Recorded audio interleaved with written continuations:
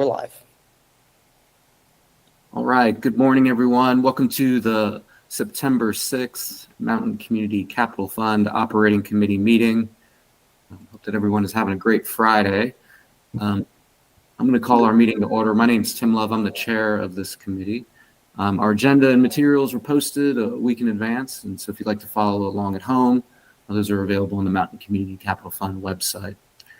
Our agenda, prior to jumping into that, we'll do a roll call to determine who's with us today, including our committee members, our voting members, and our guests. We'll also determine whether or not we have a quorum. So what I'd like to do is I'm going to go around the horn. I will call your name. When I call your name, please state your name, who you were appointed by, whether or not you're a voting member, and we will go from there. So I'm going to start at the top with Carl. Carl Alguire, Asheville appointee, vice chair, voting member. Charlie. Charlie Savage, I'm a member of the City of Asheville staff, and I'm not a voting member. Dee. Good morning, everyone. My name is Dee Williams. I am a Buncombe County government appointee. EB. E.B. Otterstall, Buncombe County staff, non-voting. Frank. Hey, Lindsay, sorry, this is Charles Savage. You just called EB. me. Didn't realize what time it was. E.B. Otterstall, Buncombe County staff, non-voting. Frank.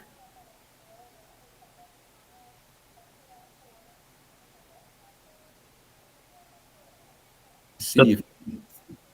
Go ahead, Frank. So Frank, I'm not hearing you. We can come back to you, but I see you're there. Frank's with the City of Asheville, a voting member. Next up, we've got John. Hi, everyone. It's John Appleby. I was appointed by the City of Asheville, and I'm a voting member. Karen. Karen Umansky with Self-Help, and I'm a non-voting member. Kelly. Good morning, Kelly Foster, Mountain BizWorks, non-voting member. Lydia.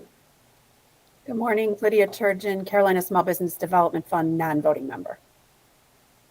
Marcus. Marcus Kirkman, City of Asheville staff, non-voting member. Nikki. Good morning, Nikki Reed, City of Asheville staff, and I'm a voting member. Rachel Sawyer. Good morning, everyone. I'm here with you, even though you don't see me. My camera is not functioning today. I am Buncombe County staff, voting member, and the current secretary. Yaslin.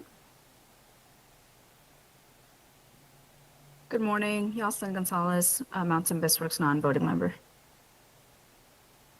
Right. And in addition to those folks, we have a number of folks who have joined us today as guests on behalf of Buncombe County. And so we'll start with Michael Frew. Good morning, everybody. Michael Frew here. I'm just a lawyer. I don't get to vote, but I'll vote if you want me to. And good morning. Is that how it works, Michael? Generally, yes. Got it. Amy Broughton. Hi, everybody. Amy Broughton, also just a lawyer, legal, non-voting, also willing to vote if necessary. Mason Scott. Good morning, Mason Scott, Buncombe County Finance.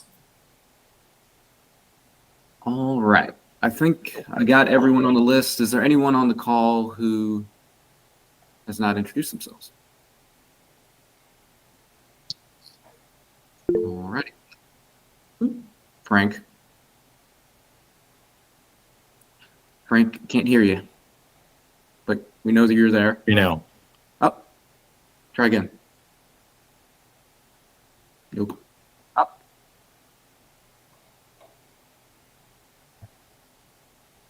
Frank, we can see you. Occasionally we can hear you. Frank's going to join by phone. That sounds great. All right. So based on kind of my count, it looks like we've got quorum for today's meeting, which means we can take action if necessary. So with that said, we'll jump into the agenda as posted. So our first item is the approval of the August 2nd, 2024 minutes. And again, those were posted. And hopefully everyone's had a chance to review. Is there a motion to approve the minutes?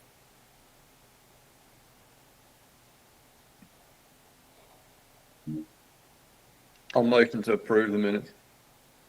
I'll second. This is Nikki. All right, we've got a motion and a second. At this point, all those in favor, please raise your hand virtually or otherwise.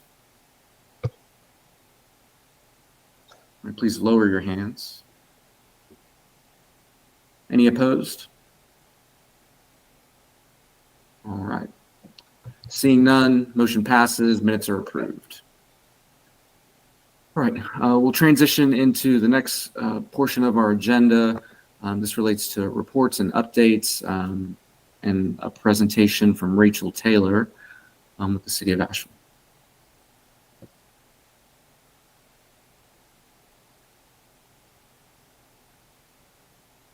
Okay, great. Thank you all.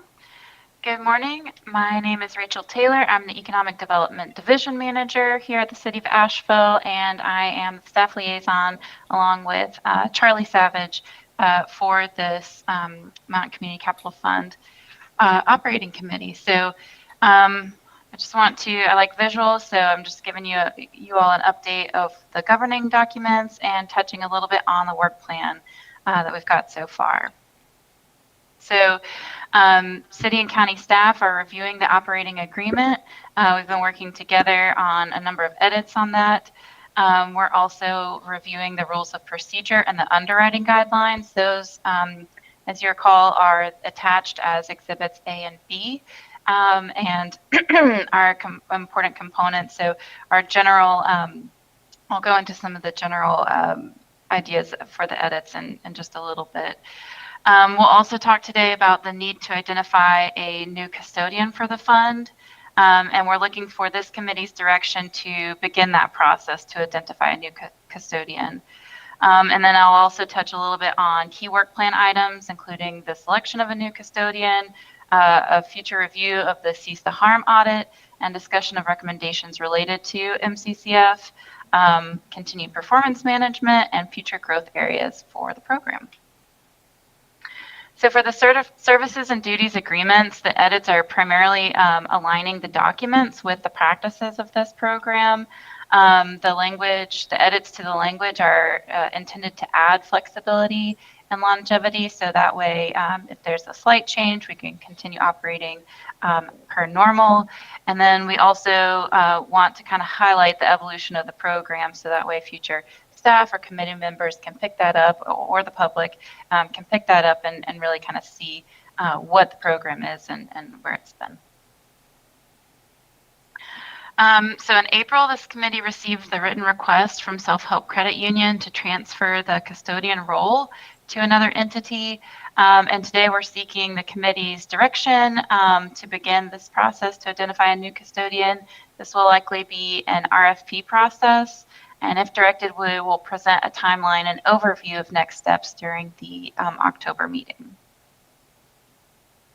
And so I'll pause maybe before I go into the work plan discussion. Are there any questions, comments, concerns about the edits to the agreement and or the request for direction on the custodian? Dee? Thank you. Thank you, Rachel. First of all, I guess as far as the work plan, I always wondered about the triggers. As we talked about the operating agreement, it looks like we're about 20% alone pool fund right now. The other thing was the fact that there are thresholds that we do not review. It looks like a lot of those thresholds, those lower threshold loans, are the ones that are headed towards default. It looks like a trend. It looks like, and you know, I think things happen as they happen, but our job is to forestall, if possible, any failures. So, and we are responsible because some of this money is taxpayer money. There are several of us who've asked for this information now for years, and I'm just glad to see it show up in whatever form it shows up in when it does show up. So that is a concern of mine, that there are no clearly stated triggers. It sort of feels not good at 20% right now. I'm just going to be very forthright about it. The numbers of loans that are in default or headed that way seem to be lower volume loans. Are we lending people just enough money to hang themselves with? I have a number of issues that I've raised over the years, and here of late, the operational procedures that we're utilizing don't seem to be adequate enough. There's going to be failures, but I'm seeing a trend that looks like, based on the data, and it's not quite up to date. We're always lagging behind because of the reporting requirements that are for concern. But if I'm going to be responsible, I need to have good information and good procedures to back it up with. Thanks. Thank you, Dee. And just to chime in, Rachel, trigger points is on our discussion for new business, Dee. And so we're going to have a healthy discussion about what those are, how they're documented in the agreement, and what the role of this committee is related to those. And so we'll get to that in just a minute, but I appreciate you bringing that up. Rachel. Great. Sorry, Tim. Can I just ask a question on this slide, Rachel? Does it have to be an RFP process? Is that a city like stance, or because you've used the word likely, so does that give wiggle room not to go through an RFP process? Because that just seems to take forever to accomplish. Tim, do you want to? Yeah, I'm glad to chime in. John, we've got Mason Scott with us today. He's going to be one of our finance reps, and he'll be able to share with us a little bit more about how that process works. We think it can be pretty lean. Do you think there's benefit from a competitive process, just so we get more folks at the table? It's a common practice for what we do with banking in general, with county funds. I mean, I guess the point is, I mean, unless we're going to be charged for whatever services they're providing, I mean, and that's going to be minimal, I'm not quite sure what an RFP process is really going to accomplish too much, other than a quick presentation to the committee couldn't overcome. Yep. And Dee, before I get to you, I think, John, the benefit here is bringing other potential fiduciaries to the table, and casting a wider net, if you will. We've got a number of CDFIs that we work with on this call, and if we don't do a more broad call, we're likely to end up working with them, and that could be fine. But there might be someone else that we should be working with potentially in the community, and that's the benefit of a competitive procurement. But I hear you loud and clear, like a tight process that moves quickly would be important. Go ahead, Dee. Thank you. And I just wanted to reiterate, Tim, you kind of expressed what I was expressing. And also, because it's public money, it's almost mandated. Anytime $1 infiltrates other money, it becomes public information. It should be clear and transparent. And I think it is wise to put an RFP, just like we did an RFQ for the cease the harm performance audit. Whatever entanglements we have ought to be made crystal clear and disclosed. So that would help that process. Thanks. Go ahead, Karen. Yeah, this is just really quickly, just as you're thinking about the timing and proposing next steps in October, is just for everyone on the call as a reminder that the funds from the city and the county are actually loans, and those loans have notes that are come up for renewal or they are due in February. So as folks are thinking about the timing of the process, just be aware. Thank you, Karen. All right. Well, more details to come on that. Let's see. Okay, great. So moving forward, I also wanted to give you all an opportunity to look at the upcoming work plan, and then to kind of sit with this and provide feedback on items that you'd like to see. So for fiscal year 2025, our priorities are to, of course, kind of shore up a lot of this administration of the fund. So finalizing and executing the revisions to the services and duties agreement, as well as those supporting documents, securing a new fund custodian. We've also heard a lot continuing to improve data and performance management, and then kind of the general improving MCCF administration and operations to allow for that future growth and development. I would certainly want to incorporate any additional feedback into this work plan and the this year's priorities, and I'm happy to incorporate those into the work plan. We'd had a discussion a couple months ago about kind of having a robust agenda, but not having too many items on any one thing. So doing this helps me to kind of space things out a little bit easier. And so some of our upcoming items include discussion of the Cease the Harm report, specifically as it relates to the Mountain Community Capital Fund and those more broad economic development recommendations. We'll have some updates on memberships and roles. That's a little bit later in our agenda today. Review key changes to the governing documents, continued discussion around data and performance management from participating lenders. And on your agenda, you'll always see kind of the tentative agenda for the next 2 months at a time. So that's where you can get a heads up for future discussion items. And just want to offer again that we always have the ability to have a work session, a retreat to discuss something in a little bit more detail. So we're happy to facilitate that for you all. That can be in person. That seemed to work really well when we met at Mountain BizWorks. So with that, I will take any questions and happy to update our work plan.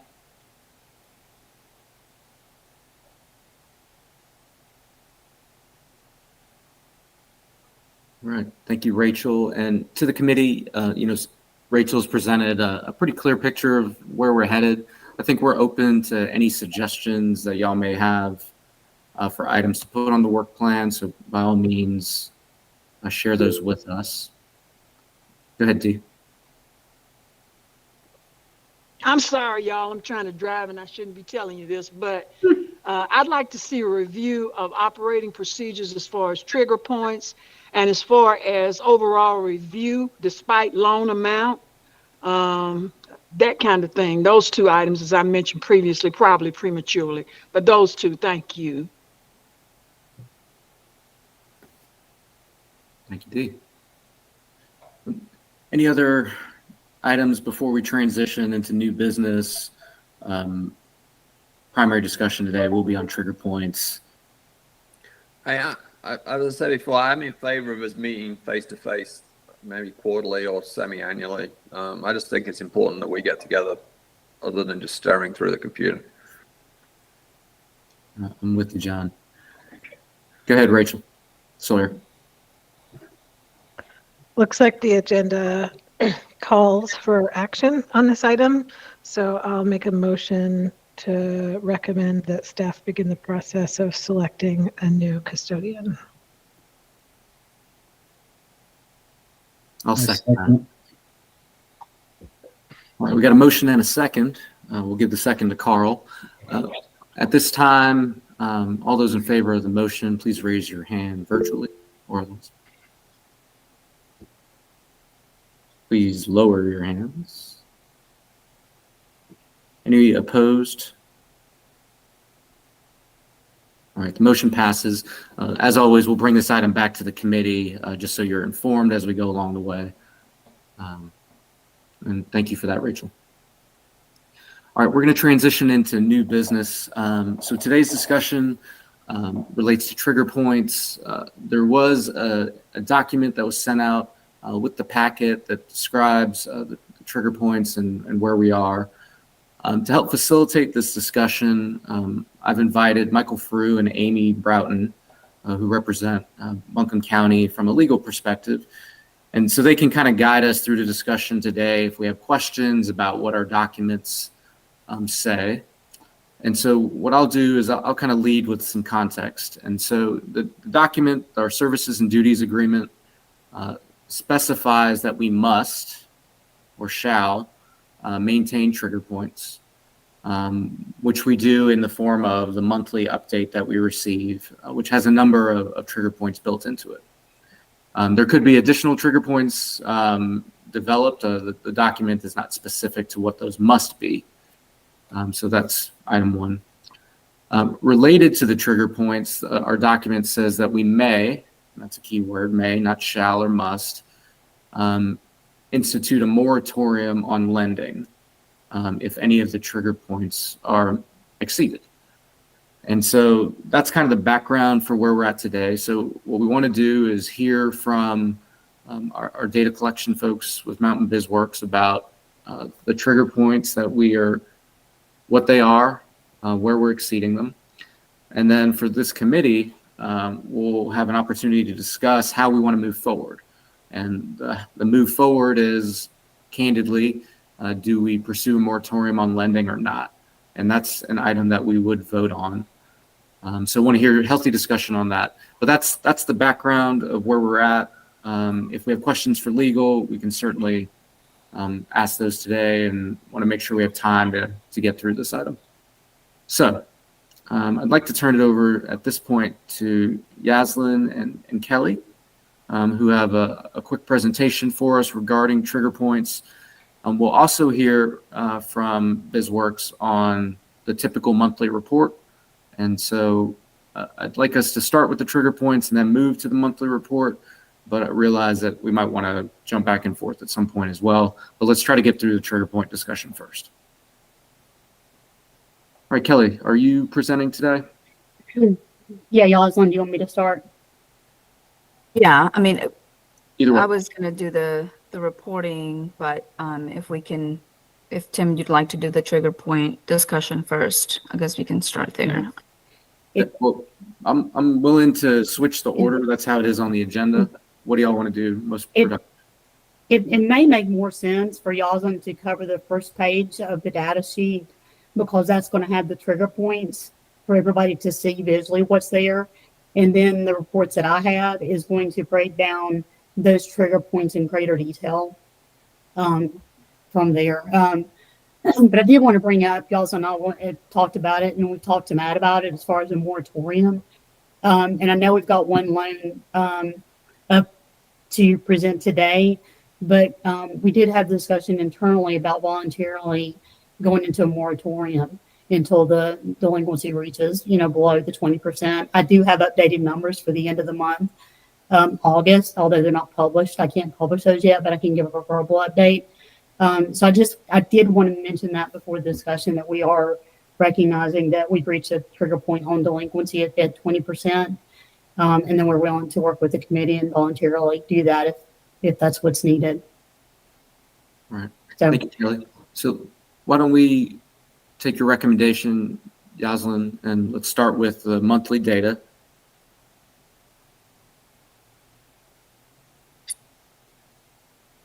See, I can make this a little bit bigger. That'd be great.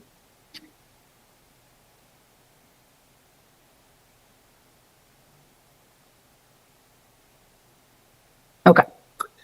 So the report is as of July 31st, 2024. In July, we had 3 new loans, bringing our total loan count to 71. 52 of those loans are on outstanding. The total guarantee used at origination was 2.2, being that the dollars lent total was at 2.6.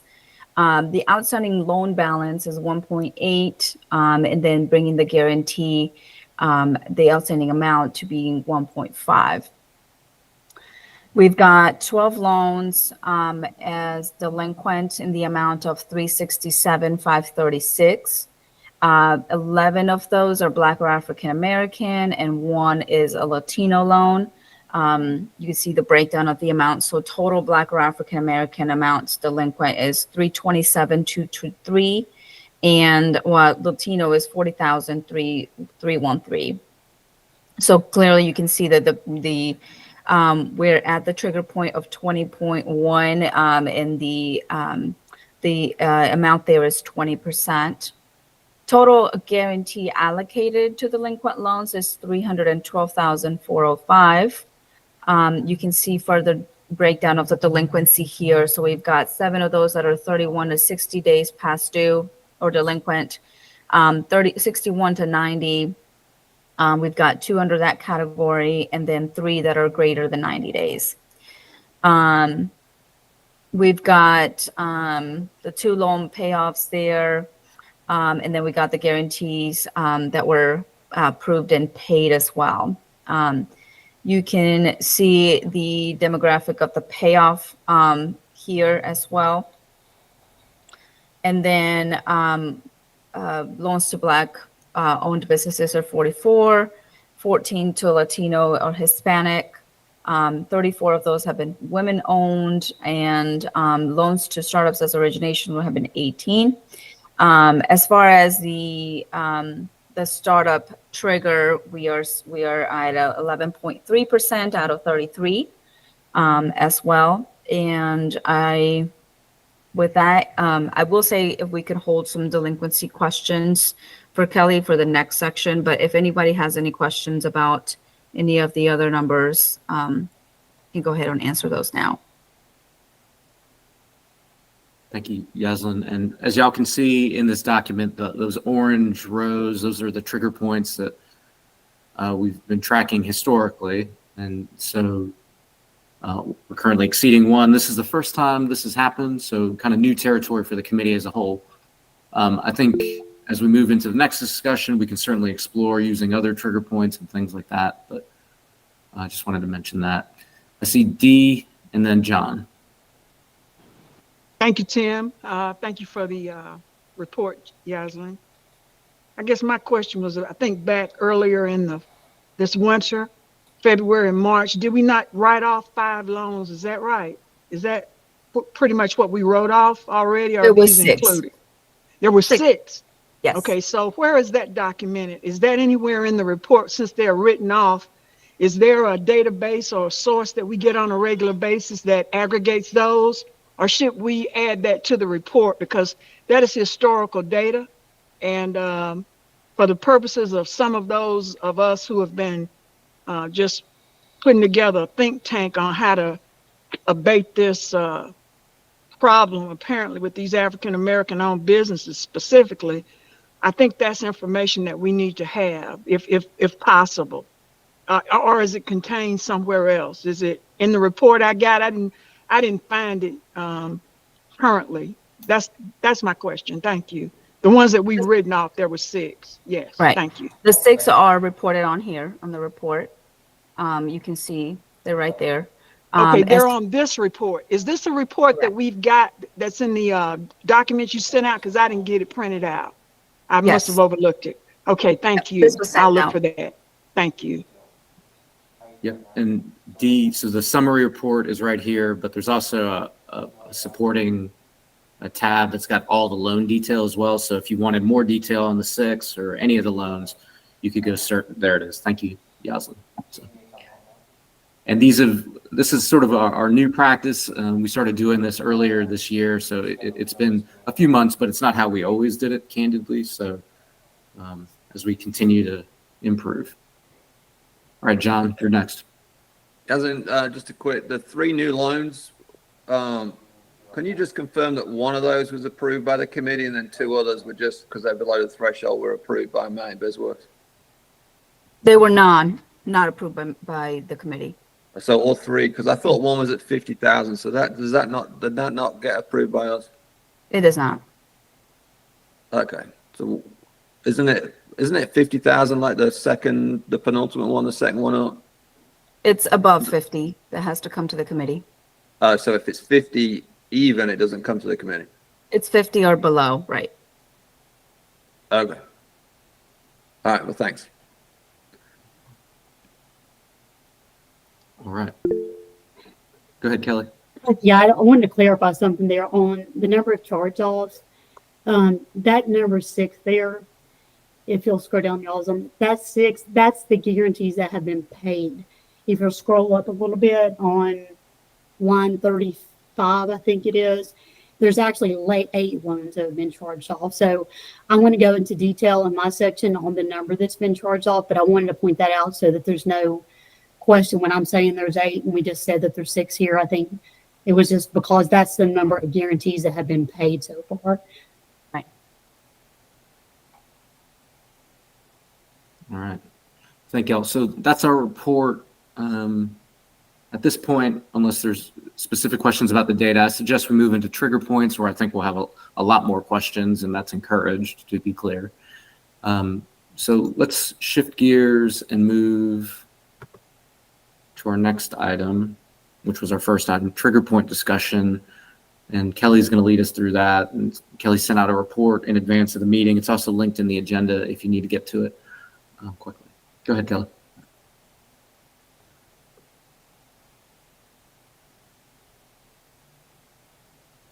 Okay, can everyone see this okay? Okay. So to kind of give you what I've done here, and please stop me if you have questions, but just to walk you through the information that I'm going to give you.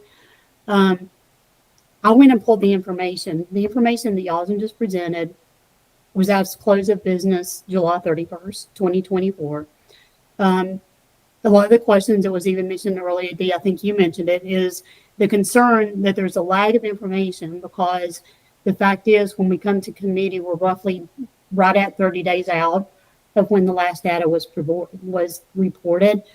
And as we discussed before, the reason is that is we have to have enough time to generate our month-end report. So I've recognized that with the delinquency hitting the trigger point, that I needed to provide as much data as I can. So this is our preliminary reports as of August 30th. And then I've updated some. I'll give verbal updates as I'm walking through here with this. So what I'm going to do is I'm going to walk through the actual delinquency that was as of July 31st. So you'll see what was in those delinquencies and give you a breakdown, show you a little bit of a trend. And then I'm going to share screens, switch back and forth to give you updates as of today's date, if that sounds okay with everybody. So to tag along to what y'all went over with the delinquency summary, we had 12 loans that were over 30 days past due as of the end of July. That total amount was $367,000, which put us over the trigger point of which reached the 20.16. And that 20.16, to make sure everybody understands, is calculated on the unpaid principal balance in the portfolio. So that's how that delinquency is calculated. That unpaid principal balance, we're at like 1.8 right now. And this is just a summary snapshot of what Yazin just went over. It's some of the reports I use kind of in the back channel when I monitor these. And again, just for clarity, when you look through how they're moving for them 31 to 60, 61 to 90, over 90, we had the 7 that was a 31 to 60.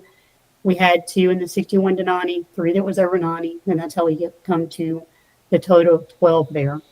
The delinquency summary, this again, it's on the second tab, and it's always provided to the committee. All this information is, but I wanted to bring it in a concise format for discussion today so we can be as clear as possible.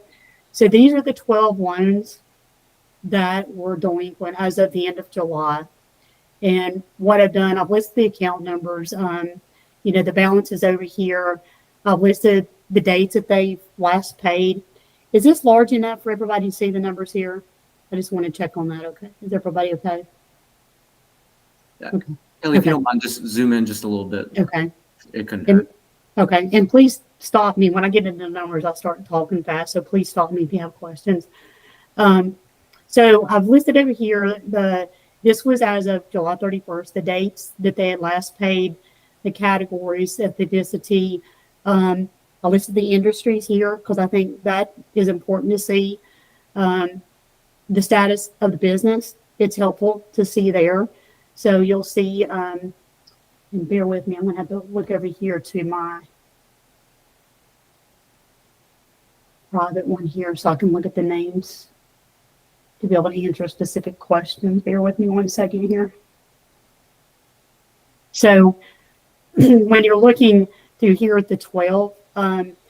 Just some things that stick out to me you always want to look at over here in this column, the businesses that are closed. If you notice right here, we've got 2 that are closed.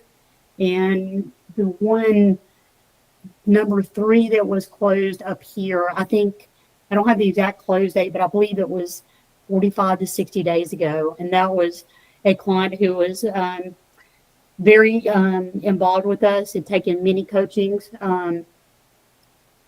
both pre-loan and post-loan. And it was a manufacturing, like a retail type manufacturing store.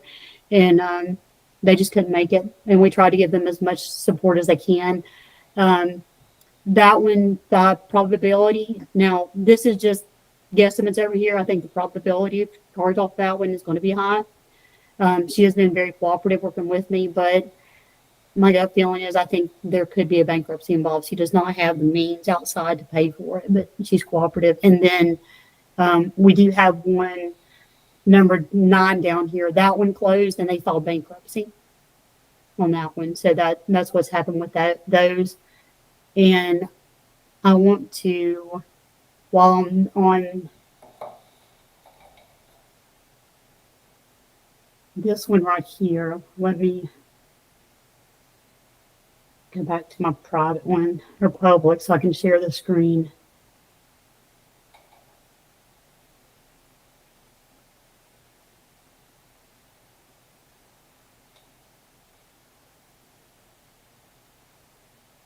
Yeah, bear with me.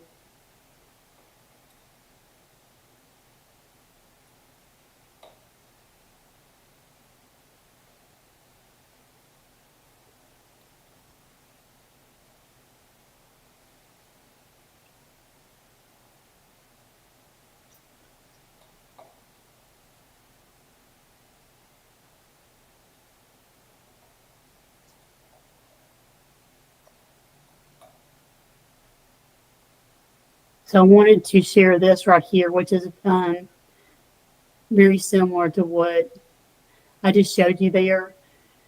And the update on those that I just showed you of the 12, keep in mind this is as of the end of the month in August, so it's not going to have been reflected on the reports that Yaslin just gave you.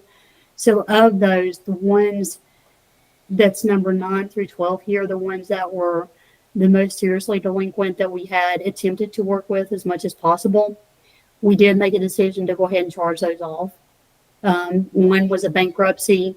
One was the one that was a first payment default that we had been in contact with him. He had promised to pay several times and is now ghosting us. And the other one, I'll go over these in detail in just a few minutes, is the same borrower. And they actually came in and met with me several times. They had promised to come in and pay. And then they have not followed through with that. And so those have reached to the point we're not going to have any other choice but to liquidate and go through legal action with them. So I did want to point that out. As far as the ones where they were at the end of the month, the ones up here at the top, there were 31 to 60. We had a couple of those that they did move into the 60 plus categories, and I'll have an update on those in just a minute as well. We did have some of those that stayed within the same category, the 31 to 60. We had 2 that stayed in 31 to 60, and they actually paid us in August. And we've got payment arrangements with them to get them up to date and get those off of delinquency eventually. And then we had one in the 61 to 90 with the same scenario there. And so I put this together real quick just for as much clarity as possible. So this is where we were July 31st. The trigger point is at 20.16. Same numbers there. And again, these are just projected numbers for August. The reports have not been published yet, but we checked these internally and we feel strongly it will be right at 19.34. It's not great. It does pull us, below the 20%, but still, it needs attention there. As far as the charge off, These are the account numbers. These are the 8 account numbers that was on the report. And I wanted to make sure that we look at any possible trigger point. The trigger point on the charge-offs, I think, is 5%, which is on the front page of the report that y'all just showed you. At the end of July, that trigger point, the trigger point is 5. We were at 2.05 on the charge-off. We run 185,000 at the 8 accounts. And so we charged off the additional 4 accounts, which puts us up to the total aggregate of 303,000, almost right at 304,000. And that brings us up to 3.22%, which is still below the 5, still charge offs. But I did want to point that out. Before I flip back to the other screen, does anybody have any questions on this one? I have a quick question. So appreciate the math, but shouldn't we be, I know you've charged off those 4 loans, but shouldn't we be looking at the aggregate of the other ones that maybe have not paid and then seeing if that breaches the 5% down there?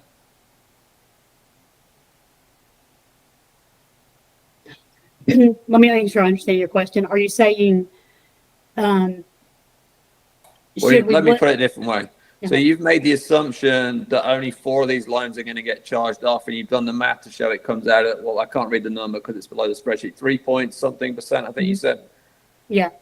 So, but for us as a committee, I think it's important for us to know what that number could be if all the other loans get charged off. So let's just assume the 3 keep paying that have paid, but then the other ones don't pay. So what is in aggregate that number look like? Does that breach another trigger point? I mean, I find it hard to believe it's going to get over 5, but I mean, what is it, 4-point-something? Yes, that's a great question. And to clarify that, when I'm saying the numbers as of August 31st, when I say projected numbers, I'm having to say projected because we have not yet internally pulled our report and sent it out to the committee for a formal posting. These numbers are the numbers that we pulled the reports of the actual transactions that have already occurred. So to be clear, we've already charged off those 4. That's part of the numbers. So when we post, so I understand. I mean, I've got a, yeah. And I don't want to get into monopolizing this, but I've got a problem with you guys deciding you're charging them off before it runs through the committee. I don't know how that process is supposed to work, but it feels like the committee's on the hook for the money, but we haven't had a say in charging them off. So, but I think it's important to test this trigger to see what it looks like. It's like, have we breached another trigger point here? Because you've shown that, hey, we're now below the 20% trigger point, but maybe we've breached one here at the 5% trigger point. So I think it's important to have all this data. I get it. It's not, something that someone will sign on a dotted line to say it's completely accurate, but I think it gives us at least a measuring stick to see, are we close? I mean, I feel like we're going to be pretty close to the 5% if we did the math. So what does that look like? I mean, you must know the numbers pretty quick to slap them in that spreadsheet, but I mean. Yeah, I mean, yeah, I could. I mean, theoretically, the ones up here, the ones on the bottom, those are already in the spreadsheet. So those are. Yeah, I get that. It's the ones up there. So what, I mean, so it's got to be $100,000 and some $1,000, $200,000. I think, well, I mean. Just run your cursor down there. It's like. Yeah, no, and I understand where you're coming from. But I think what we need to keep in mind, when I put over here the probability of charge off, the one that's probability of charge off on number 3 is a number 40,000. The others, we've made payment arrangements with those. They've actually paid in the month of August. No, I get. So Kelly, I understand. Yeah. I know. I don't want you to get defensive. I apologize. The three that have paid, just take them out. I mean, I assume you've done your work and, you're going to renegotiate and those will continue paying. But the ones that you haven't been successful in getting to start paying again, what is our worst case look like today? Is it over 5%? From what I calculated, it's not over 5% with that one. I can calculate the number in just a minute and give it to you. What I want to be careful of, and I don't, by any means, don't want to appear defensive, but from our position, we have to be really careful. If there's a really big difference in projecting because it's going to be fluid. Just for example, last month, the one that we charged off, I want to say the name, I can't say the name, but the one that we charged off, we did not expect that one to charge off. We had them set to pay, and then we got a bankruptcy notice. And so things like that can always happen. So I think what we need to do is find out, I guess, best scenario of what information. I hear what you're saying. That's going to be best to give the committee, but to be clear, because there's always going to be that fluid. Well, so I'm looking for the worst case, not the best case, because that's what I'm concerned about. Okay.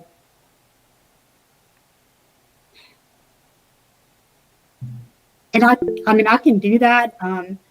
I'll be honest with you. I would want to get with Matt with that, because I think if we're going to, if we're looking like if we're doing projections like 1 or 2 months out, I think we can do that, but if we don't know what's going to happen, we could have one that slips in there. And if I made a projection at 4% and we have a bankruptcy that comes in, then I'm in a position that all of a sudden we're at 6% trigger point, and I've not let the committee know that. That's my concern.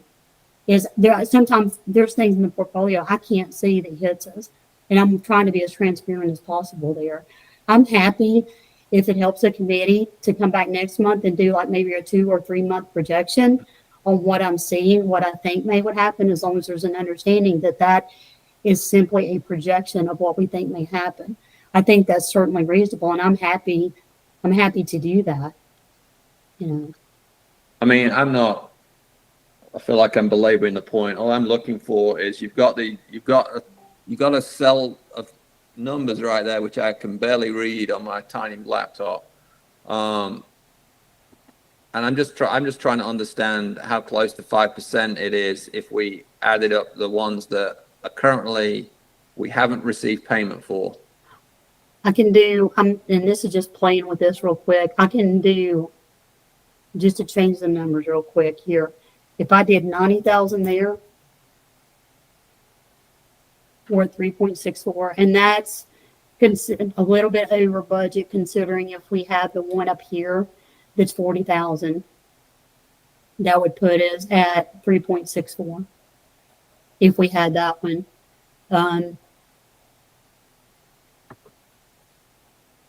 I feel like we're talking past each other, so I'm going to shut up and let someone else go. Well, I mean, I want to answer the questions. It's hard for me to project. I mean, I can project out as if you guys want me to do that. I just want to be, I don't want to box myself in a corner and there be a misunderstanding of what the actual numbers are versus what we think may happen in the future. And I don't want it to appear that I'm not trying to be transparent. I'm trying to be as transparent as possible. Yep. Understood, Kelly. And John, I appreciate the questions. I think let's table it and come back to it. I see where John's going, but let's see what Dee would like to add into the comment. Do you still have a comment, question? I'm so sorry. I just had a question. Loans number 1 and number 2 are held by the same borrower, and it looks like that borrower is into the pool for about 75,000, two different separate, not aggregate, but one loan of looks like 50 and the other is 25. 30 days past due. Is that a payment arrangement, or is that just 30 days past due, or has it been 60? What's the status of that particular loan? This is those two particular loans. 1 and 2. Yes. Bear with me 1 second here. Thank you. Now, Paul, just so you guys know, I have to go by the account names when I see those. Okay, so I know which one those. Yeah, those are the same ones. B. Okay. Okay. And, how in default are they? Are they still 30 days or more past due? Is what what I'm asking. Are they 60 days past due? Since we're 60 days beyond July, August. Well, no. We're in September, but as of July 31, they were 30 plus days, whatever that means. Okay. Last time they paid, it looked like paid in, was it January 2024? So this one, this is a sheet. Yes. You make it just a little bit bigger. this is the spreadsheet to what I had sent. Maybe it's what you're referring to. Yes. This up here highlighted, this is the update as of September 5th. And those did move to the 60 plus payments. They did not pay in the month of August. The last time they paid due was in May 15th. May. Yes, May 15th. They are still open. They are semi-responsive. It is the same client 1 and 2. We are attempting to reach out to work something out with them. My gut feeling is they've been very well established. They've never had like major issues. I think we can work something out with them, but I haven't as of today. What algorithm, is there an algorithm that you use to presuppose receptivity or responsiveness? Because in the banking world, once we're about 90 days past due, you know what that means. So I guess I'm just looking at how these should be rated. Are we just holding back on triggering these because it looks like it fits within the math mode? Or I guess I'm just not getting a good feeling since this person has 2 loans and in the aggregate there's 75,000 and it's been more than 90 days just for this one alone. Is that going to bring the trigger point up to 5%? Those 2 alone. I guess that's the thing that bothers me. And then I'll cease and let somebody else say something too. Thanks. Yeah. Do you want me to answer that one, or Rachel, do you have a question? I'm happy to answer that. Whichever you want me to do first. I was raising my hand to make a different point, so please. Okay. Yeah. So to clarify my understanding of the trigger points are going to be driven by the actual numbers that happen at the end of the month. So let's just say, for example, in July. So whatever happens by the month end at the end of July, for example, if you have something that's 30 plus days past due at the end of July and they don't pay, of course, that's going to move into the 60 plus category. And so as that moves on, of course, that trigger point is still going to, if anything over 30 days past due contributes to the delinquency trigger point of the 20%. It's calculated in that amount. So the trigger point is not going to change on the delinquency percentage, whether it's 30 days, 60 days, or 90 days, because as of right now, we don't calculate those separately. That's a topic for discussion, that you guys may want to visit. Because the reason being I say that is it's more serious to have one that's at over 90 days versus over 30 days. But to your point, Dee, what you have to take in that mix, and this work, if more falls on us in this work in the accounts, is knowing the client and if they're being responsive. And so I get more involved in it when, number one, when they start hitting the delinquency, but if they're not responsive. And we try to find out at that point on the meeting we had a couple months ago, we try to get to it early, find out what the problem is, get them to engage with us. The key is get them to engage and then find out what the issue is from there. So I don't know if that answers the question or not, but the triggers are driven by the actual numbers at the end of the month as far as the cutoff. When you say the end of the month, you're talking about the month of August or July. Which one? July, correct? So we're 30 days behind with, I guess that's the thing that bothers me is that, and the loan thresholds that were charged off without us even knowing about it, that's contributed to this overall percentage of loans that have gone into delinquency. That's for another discussion. But also what happened to the assets. This 13 is an absolute, not like a Chapter 11 bankruptcy. This is absolute bankruptcy. Have you had access to those assets and what's going to happen with those? And you mentioned that one of the female businesses was also going to look like go into bankruptcy. Is that, do you have access to those assets as well via UCC liens, or what is it? What's going on with those? Well, we will have access, via the UCCs at a very minimal, but we always file those on on the loans. As far as the bankruptcy on the one that has just filed, I can't do anything. They're protected. There's nothing we can do at this point. You know, I can review the file, but we're in the process of filing a proof of claim on those.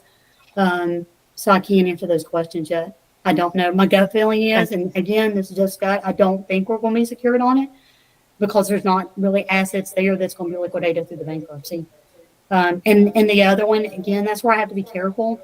She has not filed bankruptcy yet. I'm just going from my experience, looking at the account, her cash flow, her situation. I think there is a probability that she could be a candidate for bankruptcy. And that's where I have to be really careful what I say and what I don't say, because I don't know if it's going to happen or not. And to answer the question B on the numbers, we're still in that realm of you guys are getting the information the end of July. We're between a rock and a hard place because we don't have the official numbers in real time to give you, like, you know, at the end of August. I'm giving them the best I can today as far as the update at the end of August. And one more point to clarify is I totally understand the questions on the charge off and the committee not being aware of it. It's my understanding that with operating agreement, Mountain BizWorks deems the time that we charge it off that we can't collect it because of our interactions with the client. We're certainly open. If you guys would like for us to present those to you before those charge off, we're open to whatever the committee we can do to be more transparent. So I want to make that very clear. Kelly, I appreciate all of that feedback. What I'd like to do, Rachel Sawyer had raised a hand, and I see Carl also has raised a hand. I'd like to bring this back after these two comments to Michael Frew with Buncombe County Legal, just to revisit kind of the role of this committee as it relates to trigger points and moratorium. And so we'll go Rachel, Carl, and then I'd like to hear from Mr. Frew on that topic. Thanks, Tim. As I've listened to this conversation and looked at this data that has been shared, thanks to Mountain BizWorks for flagging this for us and preparing this memo. So I'm pondering the question before us, which is, would we want to institute a moratorium on lending now that we've exceeded a trigger point? This is a first for us. It feels like we've had an increase lately in delinquent loans, and that's being backed up by the data that we see. It's hard to discern, though, whether that's kind of a life cycle thing now that the fund is more active and has a lot more, time behind us, if that's going to be pretty typical, or if this is some kind of trend that needs examination.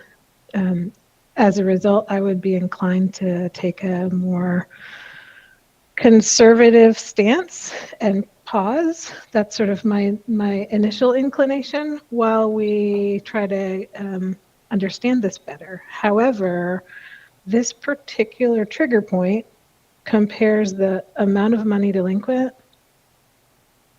to the overall outstanding balance. So stopping new loans right now would actually cause us to have a hard time turning the curve on this trigger point. So by increasing our total loan amount, we're increasing our denominator, provided these are good loans that we feel great about. We could actually improve that delinquent percentage by making more loans. That could be our path out.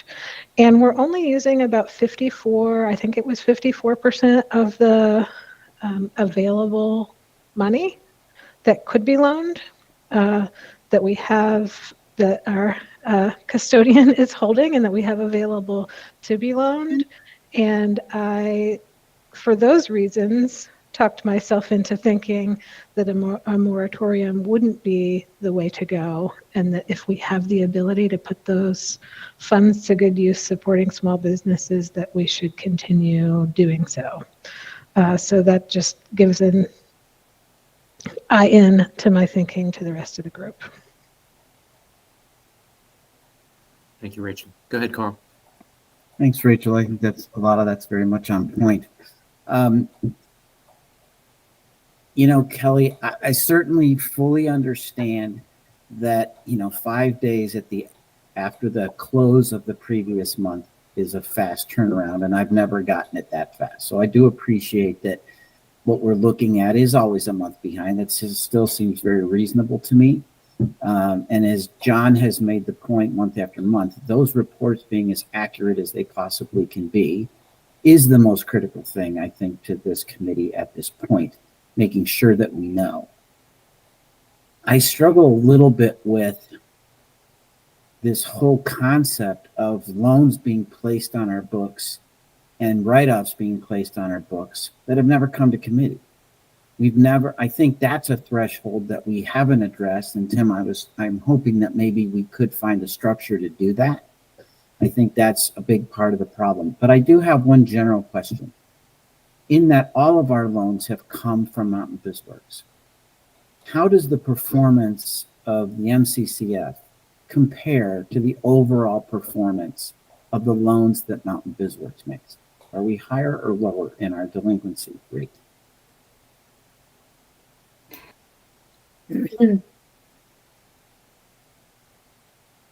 I need to clarify my answer on this one. It's higher, but you have to recognize our portfolio is much, much, much larger. So, to Rachel's point, the larger dollar amount of your outstanding, your delinquency as a percentage is going to be lower. So I think, comparative, I don't think it's like a large variance there. I mean, I don't have the numbers. I know as far as numbers, number wise, there's more in the MCCF, I think. We do have some in the 7A program, that have defaulted there. But overall, our delinquency has always been low within Mountain BizWorks. And when I say low, trending well below the 3% threshold. And over 16, our charge-off has relatively been low. So, and I think that's the gist of concern for many of us, is that are we getting the loans that are higher likelihood to default? And if so, what are we doing to ensure that we escape that trend? Because the way, to Rachel's point, to act on the trigger and to put a moratorium on lending, we'll never get out, as far as I can tell. That's all my questions. Thank you. Carl, I think a really, really good discussion. I appreciate all that. What I would underscore just quickly is we should expect higher risk in this portfolio. I mean, that's in large part the reason it exists. That said, I don't think we should accept loan failures as the norm either, right? So to Dee's point, we got to make sure, and what I heard you say, Carl, is we got to make sure we're supporting these loans so that they're successful, because there's people behind these businesses and these loans who are going to be impacted negatively, and we don't want to create additional harm. Nikki Reed, I saw your hand was raised. After Nikki, I do want to get to Fru just to make sure that we're covering our legal basis here. No, Tim, I think you summed it up very well about the nature of the fund. And if we're trying to think about creative ways to mitigate risk, what does that look like? And so one thing I'm curious about is that, do these businesses that we are trying to support, do they have accurate market data around how their business is going to perform once they've been given all these supports? So I'll pause there. I am curious about picking that up at a later discussion. Just how could Mountain Community Capital Fund, maybe through partnership with Dogwood, look at doing some kind of market studies so that when a business is proposed, when they propose to use MCCF funds, is there a way that they have a clear market entry point that makes sense, that we can help mitigate risk by saying, hey, this is a really strong need in our community for this business. So, hey, if you're in this sector, we really want to prioritize you. Again, as just a creative way to mitigate risk, because we have to acknowledge that traditional forms of mitigating risk have been barriers to entry, and that's what we're about. So I'll pause there. Tim, I'll turn it back over to you. I'd love to pick that up at a later date, and but I know we've got to move on. Thanks. Thank you, Nikki. So Michael, could you clarify for the committee, based on your legal review, kind of the role of the committee as it relates to trigger points and moratorium and what that process might look like?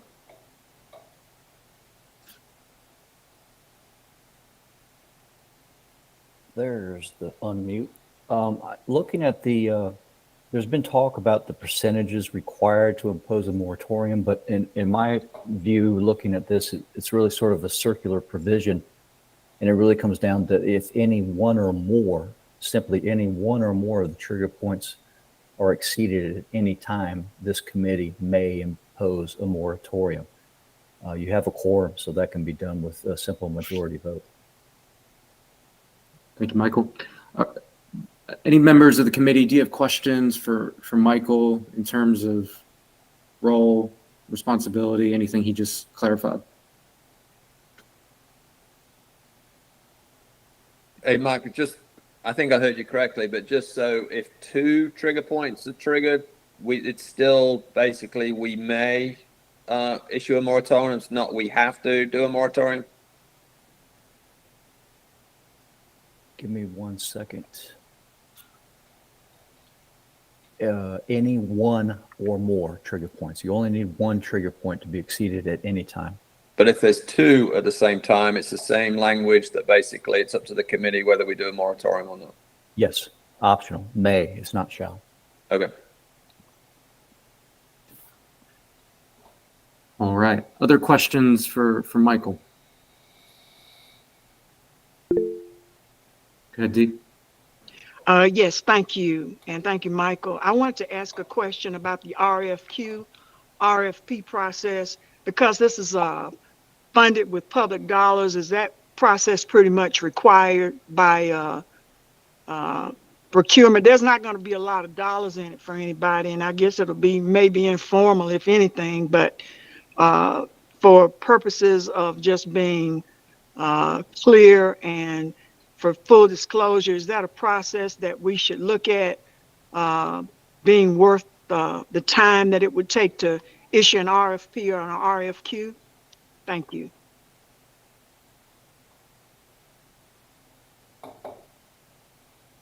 Michael, that's not something I queued you up for today. I'm sorry, that's for the custodial entity. I'm sorry, I didn't clarify. You're good, Dee. You're welcome to offer thoughts on that. We also have Mason with us, who's been through these processes very recently internally for us as an organization. Yeah, I'll pass that to Mason.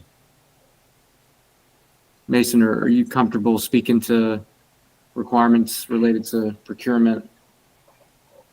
I can get us to a point with the standards that we operate under. I think I need to spend a little more time with the specific requirements of this committee and the path of the funds. But generally speaking, services as this would be are exempt from those specific procurement requirements that are requests for proposals or qualifications.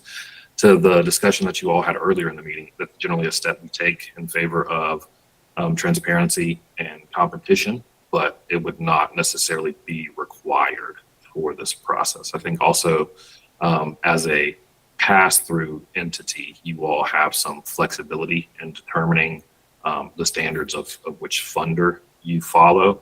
So from the county's perspective, our internal policies generally require a competitive, whether formal or informal process, and I would tend to recommend that, but I can't say that it's a requirement for this process.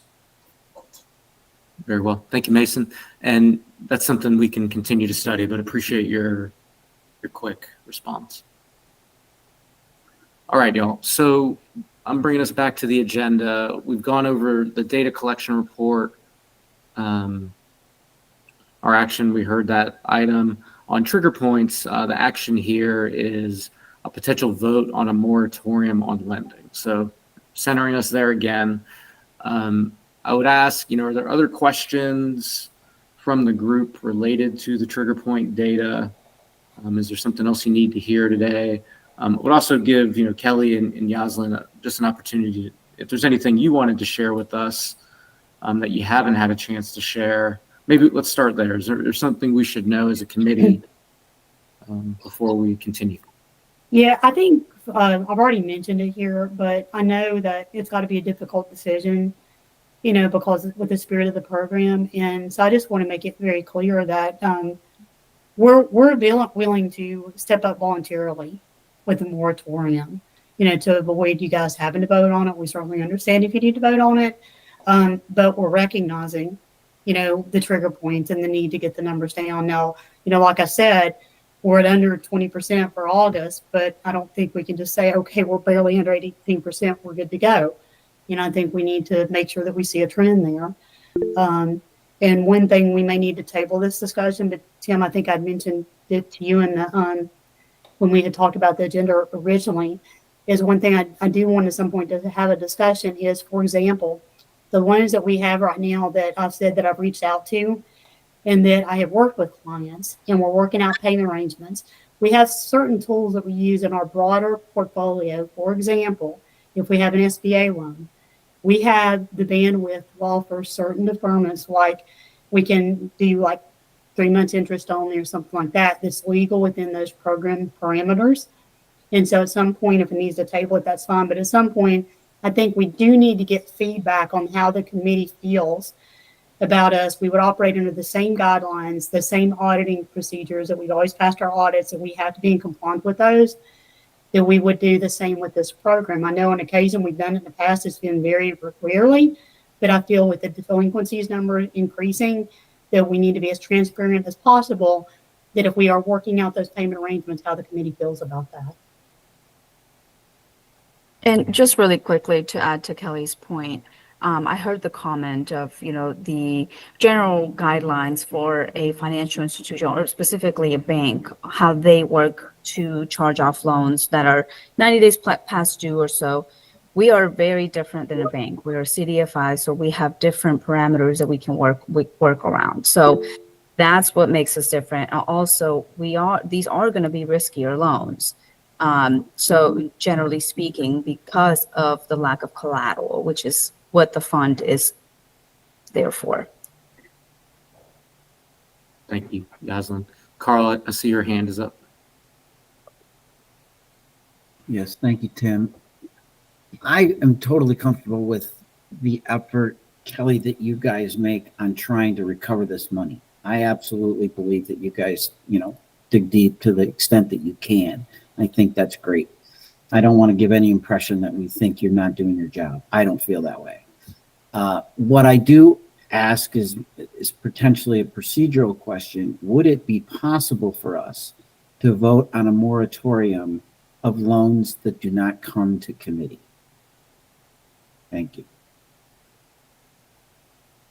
And can to follow on from Carl's point, I know a few meetings ago we did discuss lowering the threshold number of loans that we approve. I don't know if we ever voted on a number or whether we're going to come back around. I don't know if we ended up at 20 or 25, but it bothers me enormously that essentially all 12 loans didn't come to the committee, and all 4 of them are now being written off. They didn't come to the committee. So it's like, what's the point of us being here and talking about this if we're not really involved in any of this process?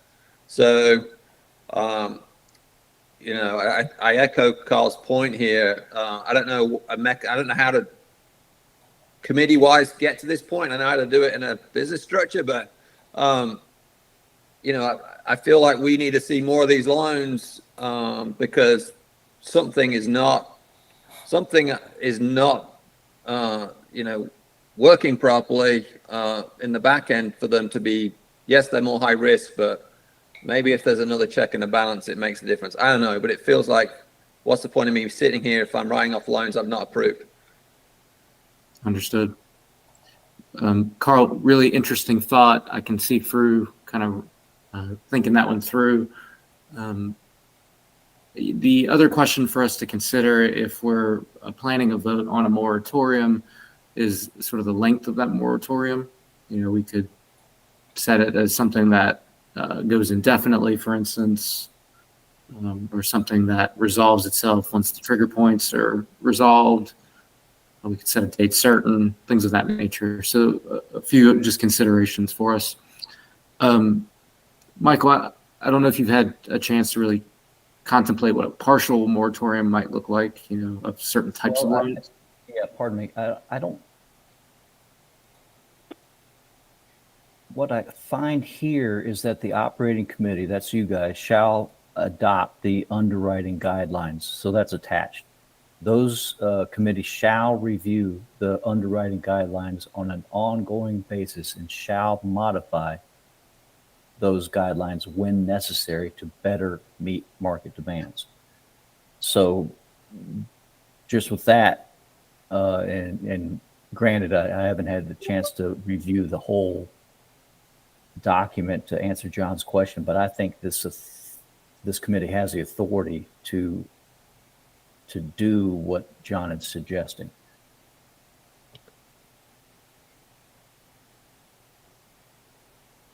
Thank you, Michael. I would support that.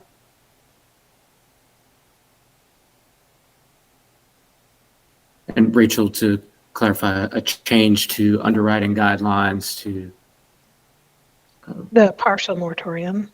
Yep. The Go ahead. of loans that do not come to committee. Understood. Dee? I was just gonna say, you know, I understand the CDFI is not a bank. I know what they are.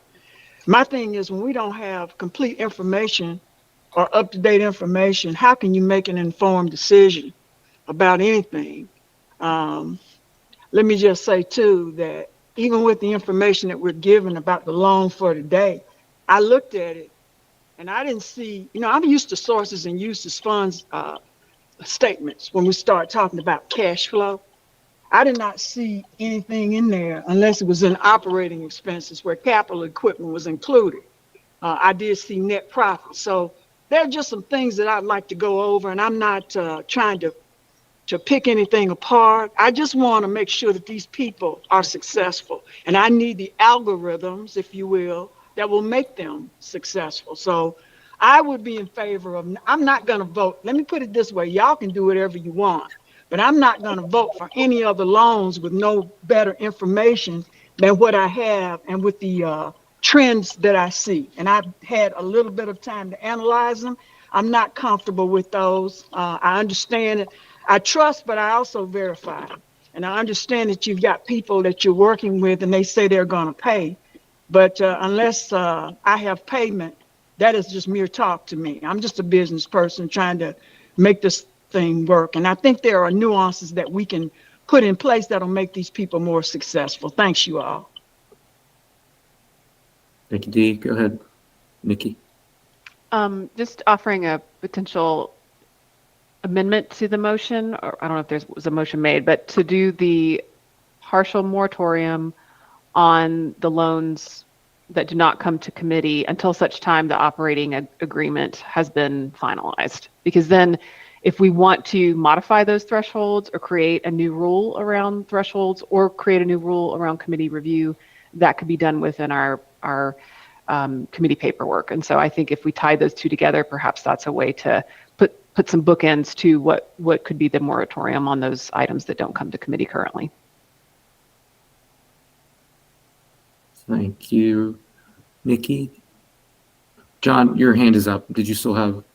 Yeah, can I just ask for clarification on what Carl's definition is of a partial moratorium so I'm crystal clear on what it actually means in practice? I think all I'm suggesting is a moratorium not on all loans, but loans that don't come to committee. I think that's the only way we dig ourselves out of the hole, is that we have a good track record on those loans that have come to committee. Those that don't are being, to your point, they're being made, going delinquent, and being written off without any transparency to us. And I'd like to stop that. So, not wishing to put words in your mouth, but I'm just trying to, let me just say that back in words that I understand maybe. So, you want to basically stop Mountain BizWorks issuing new loans unless they come through committee. Is that a different way of saying that? That is correct. So we can still lend, but they have to go through the committee to be approved. That is exactly what I'm suggesting. as opposed to lowering the threshold of the dollar amount of the loans that they can issue without going through committee. I think that's a separate issue for the trigger point problem, but I would welcome the idea of revisiting that. Okay, good. Thanks. I would support kind of that latter item that Carl just mentioned. I think we absolutely should look at the underwriting guidelines, which specify the threshold for what comes before us. Based on Michael Frew's interpretation of our services and duties agreements, the committee has the authority to change that threshold in the underwriting guidelines since we adopt the underwriting guidelines. So I would certainly propose that that is an item we put on the work plan for immediate action. From my perspective, of course, we want to hear from others on the committee on this, but all right. So we've got one item. The major item before us is moratorium or not. I've heard from Mountain BizWorks that they are open to a voluntary moratorium. I've also heard the proposal that we do a partial. I see Rachel Sawyer is proposing a written proposal. I am doing what John and Carl, I think, were attempting to do, is put words around what the idea was. So I thought others might want to see. This isn't a proposal that I'm suggesting, but I'm supportive of it. Very well. So, Carl, if I could ask you to sort of take a look at this, see if this kind of meets the spirit of what you were saying. I'm glad to read it out loud as well. To enact a moratorium just on loans that are approved directly by the lender until such time that the governing documents, including underwriting guidelines, have been finalized. Any new loans during this time would need to be approved by the committee. And the only caveat to that is, or we could ask that Mountain BizWorks voluntarily, as they have offered, to put a moratorium on these loans that don't come to committee. I don't know which is better or worse in terms of city government, but is also an option. Thank you. We're willing to voluntarily do that. I still think it would be good for us to document with a vote so we can see where all our members land. Thank you, Rachel. Thank you, Carl. Go ahead, Ms. D. You're muted, D. You're muted, D.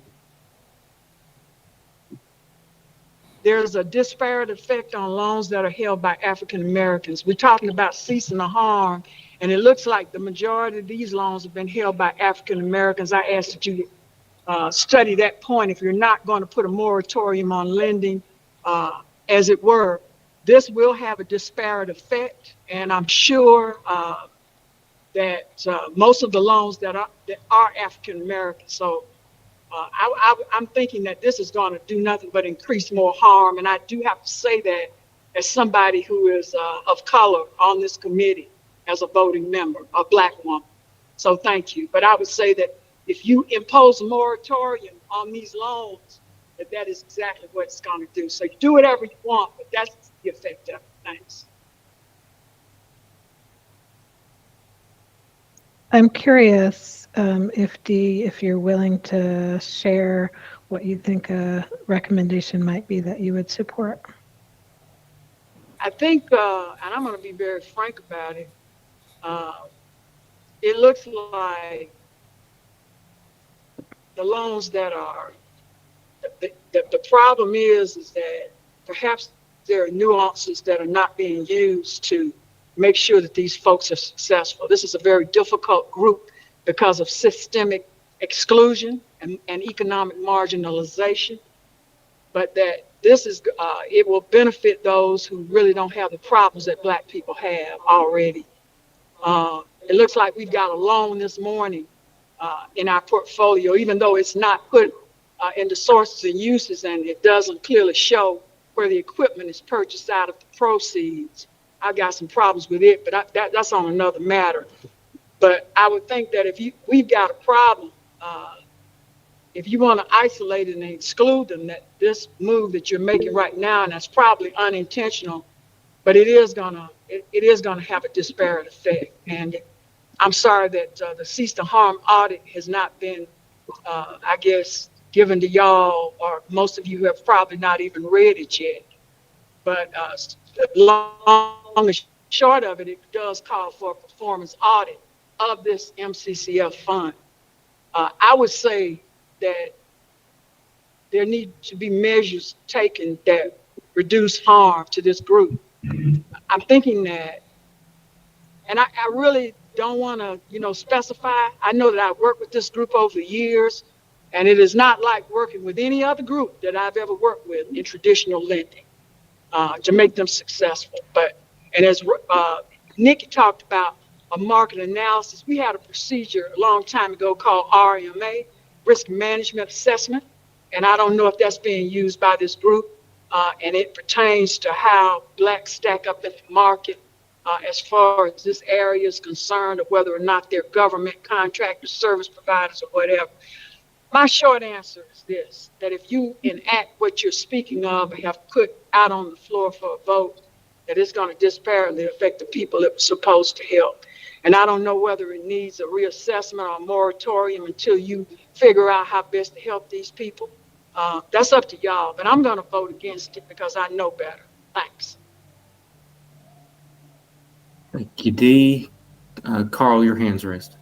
Yeah, Dee, I really want to understand more about what you're saying, because I don't understand how, if we put a moratorium on only those loans that don't come to committee, how profiles negatively the Black community when that's how many of those few loans of our belong loan fund in total. How many of those loans belong to African Americans that don't come before committee? You'll see that they're smaller volume loans. So that answers your question right there, Carl. But doesn't our loan fund overall skew heavily to the Black community? In very small volume loans that don't come before committee. That's exactly my point. Hey, but to Carl's point, Dee, I think the proposal is that the moratorium is a Mountain BizWorks issuing a loan without it coming to committee, but they can still issue loans if the committee approves them. So there's not like they're going to stop loaning. It just has to go through committee. So any dollar amount of loan has to go through the committee to be approved. Isn't that what you're suggesting, Carl? Yeah, that was my first suggestion in the first place, that we not allow any loan to go through. If we're going to be responsible for it, that we review it. This other part, I don't even, this motion that talks about the volume of loan not come, all loans ought to come before. If they count towards trigger points and we're responsible, every one of them ought to come through. That should not be left up to the discretion of any one lender or caretaker. That was it. That was what I initially proposed. It sort of like went over everybody's head. Well, it went over mine, and I get your logic. I don't know, but yeah, that's what I proposed initially. Yeah, it is. It has a if you were to put a moratorium on any loans that didn't come before committee, virtually all of those loans are under $50,000, and they are all virtually African-American owned businesses. And then my job, since I do know the results of the cease to harm audit, to act like it. And so that is the reason why I'm saying that it will have a disparate effect. It will put a moratorium on any of those smaller volume loans. The right way and the fair way would be that any loan that came before, since we're responsible for them, and they add the trigger points, is that they ought to all come before us. That's about it. Thanks. No, I think that's a valid point for sure. Isn't that what you were suggesting, Carl, or did I miss? No, I think it's different. I think what Dee's saying, what I'm saying is a moratorium on any loans that don't come before committee. But what Dee's saying is that no loan should be approved without coming to committee. Well, so it should not. Yeah, so it should not. If we're going to be held accountable. We shouldn't eliminate the low volume loans. We should force them to come to committee. And I think that's a fair point. Yes, So I'm, thank you. so I'm in favor of loans coming through the committee. The challenge I have is that we don't meet frequently enough, and there's not enough time to discuss all the loans, and I don't want to slow down the lending to people who need the loan. So I'm in favor of lowering the threshold to a number like 20,000, so that if the loan goes bad, it's not really that impactful in the portfolio, but it also gets money out there faster, because then it doesn't have to go through the committee and get slowed down once a month for us to talk about it. So I don't know if we can accomplish all of that in this one meeting, because I know Tim likes to go through it in a very, his job is to go through and make sure all the dots and T's are crossed and everything like that. But I'm in favor of kind of both situations, is like lowering the threshold so we can still have Banning Bears Works lend money, but the loans that obviously are going to have more of an impact, we approve them 20,000 above or 25,000, whatever that number is. I'm happy to talk about that, but I think that's a way to get to an end result, but maybe we don't do that today. And so, I'm leaving, Tim, you chair the committee, so I'm going to leave it to your discretion to guide from here. Appreciate that. I think, appreciate the point from Dee and Carl. I think that was good clarification. Thank you, John. I see Rachel has provided some documentation here. All loans should come through the operating committee for approval regardless of amount. This should last until such time that the governing documents have been finalized. And that's because the assumption is that we could accomplish what you're suggesting, John, with the governing documents, as Nikki previously described. What I would also throw out, and maybe complicating matters a bit, I would propose a full moratorium, all loans, until the underwriting guidelines have been updated, specifically related to thresholds. I think that conversation around thresholds requires a little bit more assessment from this committee, because I hear John's point of lowering the threshold. I hear Dee's point of there shouldn't be a threshold. And I think that's a valid discussion that we can't nail today. But I think we as a committee, it's our responsibility to discuss that. So I don't know if that complicates matters. If anyone would support that, there's no need to agree with me, just to agree. So just in parliamentary procedure speak, I've lost track of what motions are on the table, but I think Rachel made the first one. So I think Rachel will just have to procedurally agree with whatever's being proposed. I'm currently writing what I think Tim is suggesting, which is a proposal to enact a moratorium on all new loans. I'm not in favor of the full moratorium. I like Carl's. I like them having to come through the committee if we're going to put a break on lending, because to Dee's point, I think it just puts a break on everything, and I'm not in favor of, because we don't, so that great point I think Rachel made earlier, we don't recover the trigger point if we just stop lending. And I don't think we should stop lending. It's a high risk pool of money. That's what it's designed for. But I think we need more insight on what goes on. So I'm not in favor of a full moratorium. So Michael Frew, I have been writing up the different concepts. There are 3 concepts that are in the chat that start with the word proposal. I didn't intend to make a motion for one of them, and I actually haven't heard a motion or second for any. So I think just procedurally, of these 3 ideas, or another one, if somebody wants to put a motion on the floor, then we can each express our vote. I know that I can't stay on the call much longer, and so I'm concerned about time. And I would only be concerned about how long does it take to, do we lock ourselves into legal jail if we wait until the documents are done? Well, here's a somewhat snarky comment. In an open public meeting, we sure haven't been moving very quickly on that task, and perhaps this would be something that creates urgency. Yeah. What I would add We've talked about governing documents. The underwriting guidelines are within our purview as a committee to update.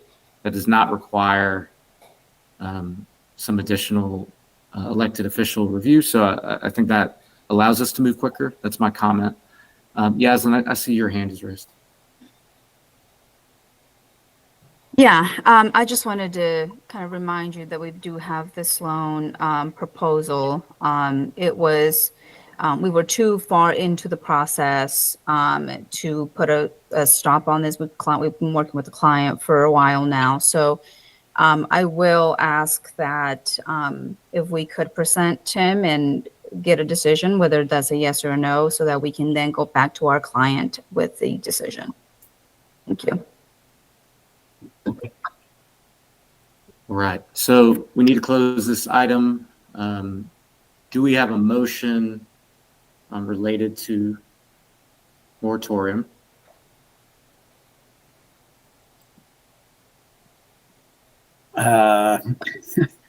Reluctantly, I move to put a moratorium on loans that don't come before committee.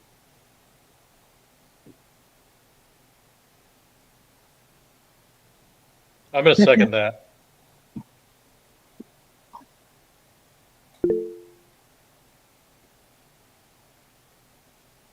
Karen, your hand is raised. Do you have comments on the motion?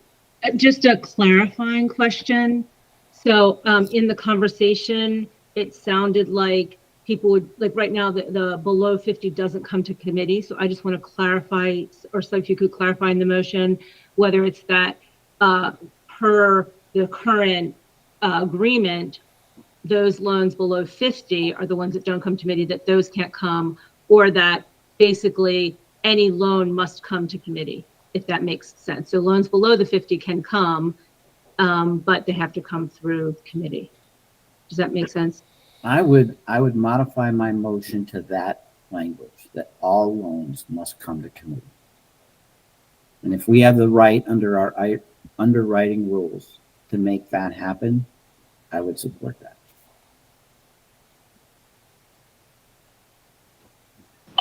I will second that motion as amended, if it's a friendly amendment to the initial motion, that all loans come before committee.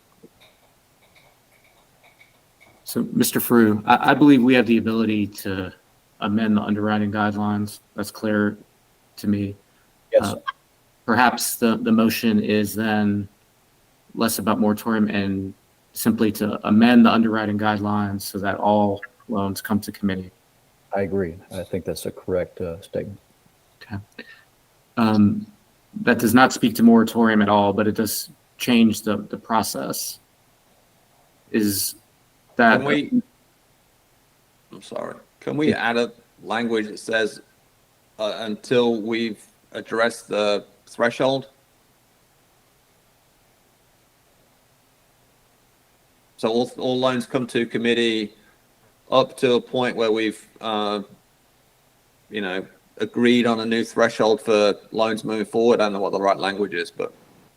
You have it within your purview to change them at any time. So I don't know, whatever. Agreed. So just, I want to keep us together here. So D, how do you feel about just adjusting the underwriting guidelines so that everything comes to the committee? Are you? Well, that is what I initially proposed, and probably prematurely when I started out, is that they all come through committee. So I'm fine with that. I just don't want a group of people to be left out or excluded because it seems that they have a lower loan threshold than any others. Yep. Thanks. Carl, how do you feel about this discussion? You made the motion. I propose the language that has been put forward and seconded by D, which is all loans come before committee. Yep. So an amendment to the underwriting guidelines so that all loans come before the committee. That's my... Great. D, do you second that motion? Yes. Okay. Yes. Any further discussion on the motion? All right. So at this point, the motion on the floor is to amend the underwriting guidelines so that all loans come before the committee. regardless of dollar value. All those in favor of the motion, please raise your hand. If everyone could do the electronic hand, that will help me count. This may be a vote that's not unanimous, and so I want to make sure I get it accurately. Thank you for that, Dee. All right. Rachel, have you captured the votes? Yes. All right, everyone, please lower your hands. I didn't do my own hand, but consider it electronically raised. Are there any opposed?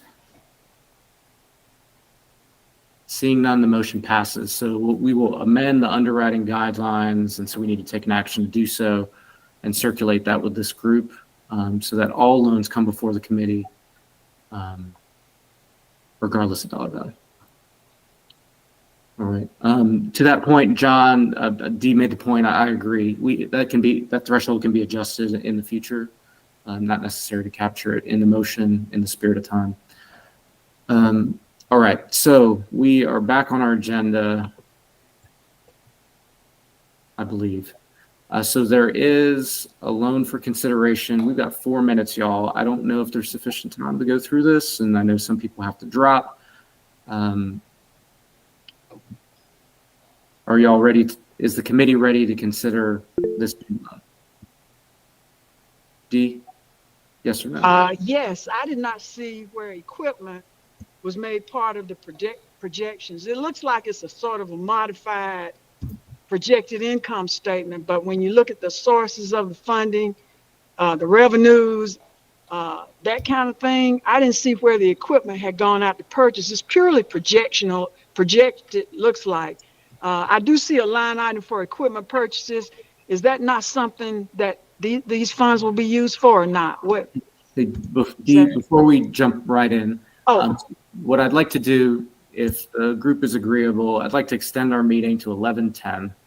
We'll close the meeting then. So we got to be tight in this discussion. Yaslin, ball's in your court to present this, and then we'll quickly move to either take action or not. Great. Let me share my screen here.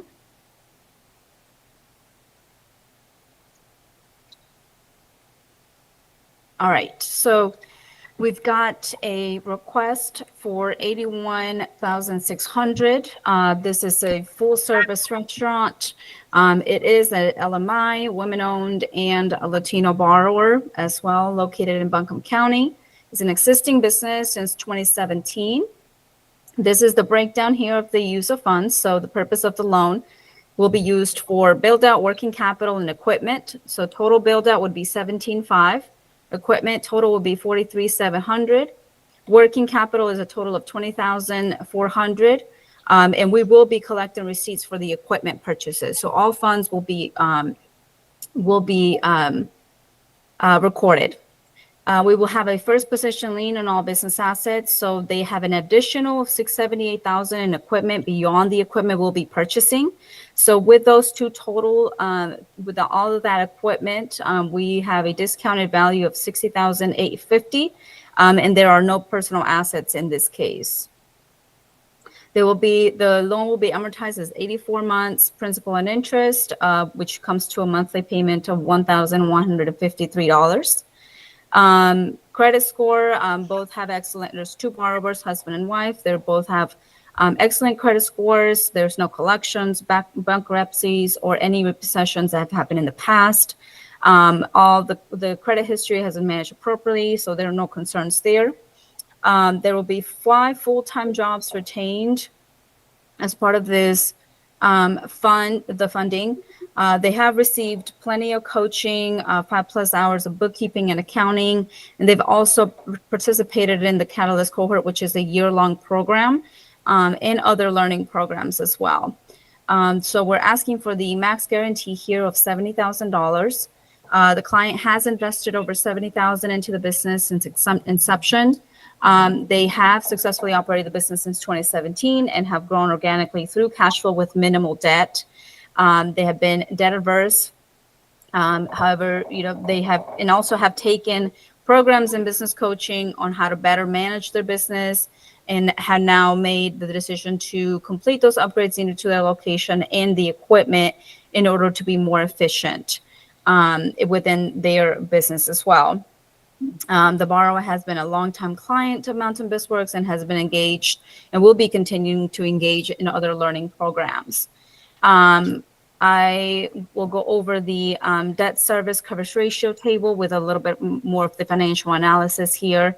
In 2023, the debt service coverage ratio was 2.81 times, and then the current year to date is already at 4.63.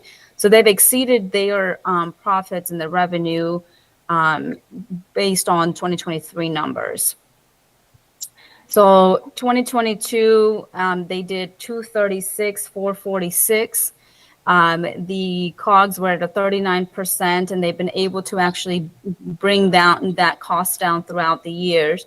2023, you can see they were at 283, and year to date, January through June, they are at 274. So they're already they're poised to really be able to surpass their revenue in 2023. 2024 is the projected number, so we're projecting that their revenue will end up at 343, 249. Let's see. So as far as cash available for debt service, you can kind of see the trend here. Again, we're projecting a conservative number for 2024, and even then, they're able to comfortably afford the proposed debt. So with that, I will open it up for questions. Thank you, Yaslin. Y'all, we have 10 minutes, so please, everyone, be tight in your comments. Dee, you're up first. Thanks a lot. Just wanted to ask how much cash they've got in the bank. How many days of expenses or overhead would that cover? So as of June, they had $32,000 available for cash service for debts. So they had that in balance as of June, and I guess I'm just trying to see a sources of funds and visually imagine that. How many days of expenses does that cover for them? Do you know that 30,000 in a 30-day period? I can't give you the breakdown for daily. Not every single line item. I mean, how many days aggregate? Do you know? Again, they had 32,000 available for debt service based on our debt. I mean, as far as this is cash left over operating expenses. I don't want to get into the weeds. I'm just trying to figure out if we need to delay this, or if I'm just trying to figure out how long they would need, or how much cash flow that they have, cash cushion. I know you're trying to push this one through, so it is what it is, but I wanted to ask that question. Thanks. Dee, I want to make sure we get the right questions answered, so don't feel that there's a need to push it through. Dee, to answer part of your question, total expenses for 24 was $142,000. So if you wanted to extrapolate that over, what that would be on a monthly basis, about $11,000 monthly. So theoretically, cash available is 3 months. Other questions?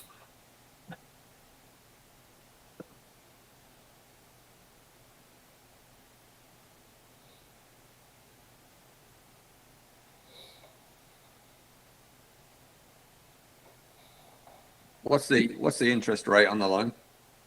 I know, because I noticed the one in the package was 8.5, so I'm just curious of what this one is. 5%. 5.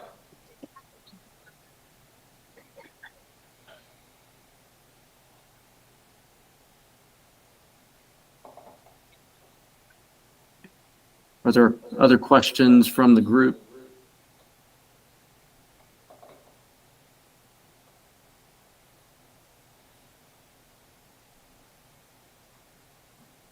I know I've put some time sensitivity on this to move quickly, but the key is that the committee is comfortable taking action or not. And so if you're not, you need to say so. And if you need more questions or more time, I think that's acceptable. We just need to hear it from the committee. Are there other questions?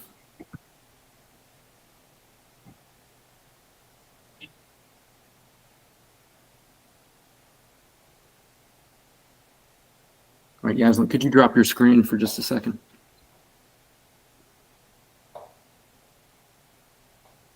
All right, so we've got an item on the table for consideration, a new loan. We do not have a moratorium in place, so we can take action on this loan if the committee feels that they have sufficient information to do so. So at this point, back to the committee. Are there any additional questions? If not, is there a motion to either approve or reject this loan guarantee? Or is there another motion? I move to approve. I'll second. This is Nikki. All right, got a motion and a second. Any further discussion on this loan?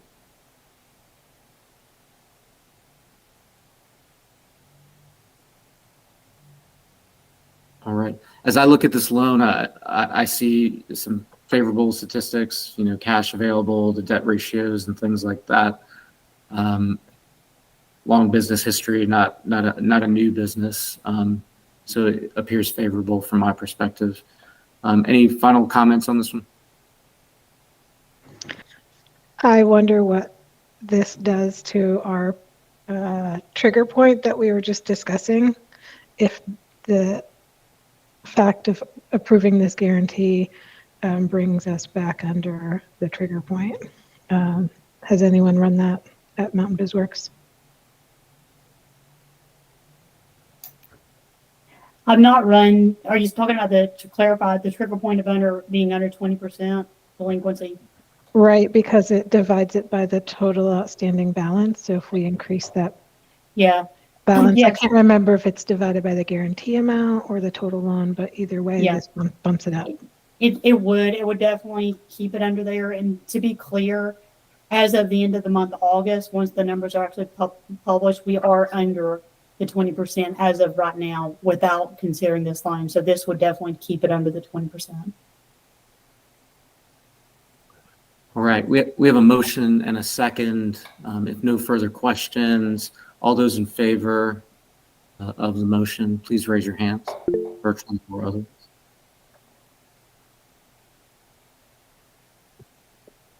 All right, please lower your hands. Are there any opposed? Carl, I see your hand up, but I believe that was for the in favor. Any opposed? Seeing none, motion passes, loan is approved. Thank y'all. Back to the agenda. Back to the agenda, we have two quick items to touch on, and then we got to close. Unfinished business, there was an update made to the data collection form from the last month. The new updated data collection form has been provided in your packet. If you have questions about that, please feel free to reach out. Additionally, in our informal discussion and updates section, there's the announcement of a new Buncombe County representative to the Mountain Community Capital Fund Operating Committee. And so I'd like to take this opportunity to thank Rachel Sawyer for the continued service to the fund since inception in 2018. Rachel remains with Buncombe County, but will be transitioning off of this committee, and I appreciate all that support. We are looking to replace Rachel formally with a staff appointee. The recommendation is for Mason Scott to take that role. Mason is with us today. That action will be before our Board of Commissioners on September 17th, at which point, if approved, Mason would join us full-time, replacing Rachel. So Rachel, anything you'd like to share with the group as you sign off? It will surprise you not at all that I will point out a matter of business. This does mean that the operating committee will need to add to its next agenda a secretary. That's correct. Thank you, Rachel. Always keeping us in line. Mason, anything? Mason, we'll save you until your official So that's our last update. Moving quick here. Charlie, do we have any items for public comment? There is no one present for public comment. Understood. Thank you. So we're at close. 1 minute left on our extended deadline. Anybody have anything they'd like to share? I just want to thank Rachel for her service on this committee. She's been excellent. Absolutely. Yeah. Maybe 1 million%. Well, what I'd like to say in closing, I appreciate all of y'all for the discussion monthly on this process. We've come a long way in a short period of time. It's a really successful loan fund from my perspective, although we have our bumps in the road. I'd also like to say, BizWorks, we pepper y'all with questions monthly, and that's a part of the process. Hope you understand we appreciate the work that you do, but also appreciate that, these are public dollars and we have to be good stewards. So all of you continue to do what you do. I appreciate your time. Have a great weekend. Enjoy the weather. Fall is here. We'll see y'all soon. Take care.